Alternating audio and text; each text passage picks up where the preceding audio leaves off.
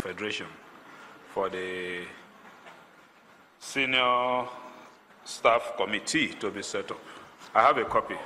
Now, you created an impression that this letter mandated you to reinstate minor. That's the committee.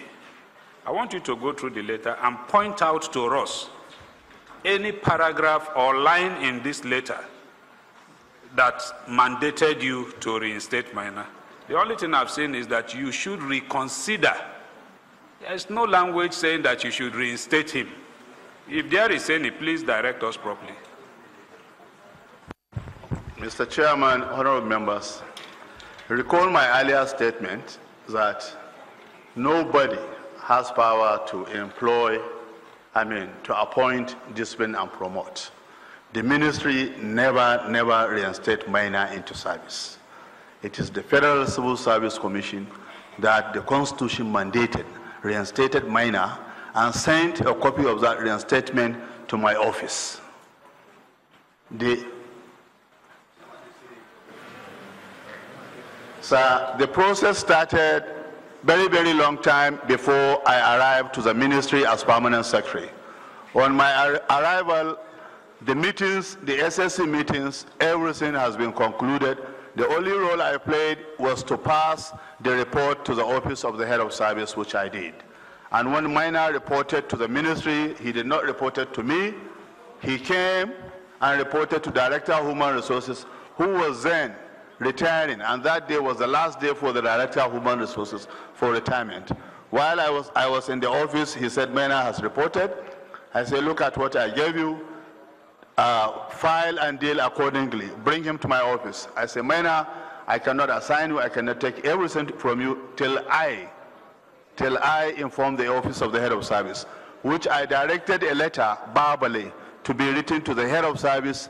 And the content of that letter, actually, I did not know because I left sick. I was in the hospital 7 days after that letter was sent to the head of service.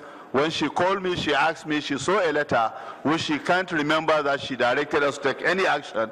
I requested her to allow me go to office on Monday because I was sick to look at that content of the letter. When I saw the reference the reference letter was quoted wrongly, I quickly write a letter apologizing to her that the letter was quoted wrongly by the person I directed, because usually when we direct a letter to be written, we vet the letter. But that time, as I was going, I was sick. I couldn't wait that letter, but I put emphasis that head of service must know that day. From that day, I went to hospital. And when I was out, she called me. I asked her to allow me to go to office on Monday to confirm to her if anything went wrong.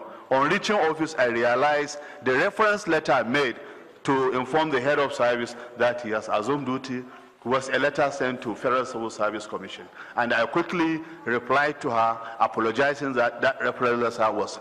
But sir, service is an institution. Whatever happened in the process of this, minutes, whatever, the permanent secretary is the head of service, is the head of administration. I'm here to take responsibility. Whatever Interior has done wrongly in accordance with the way administrative matter has been taken to the end of this matter, because I cannot reject it. I'm the permanent secretary, head of admin, sir. I take responsibility for any administrative wrongdoing that the Interior has done as permanent secretary of that ministry.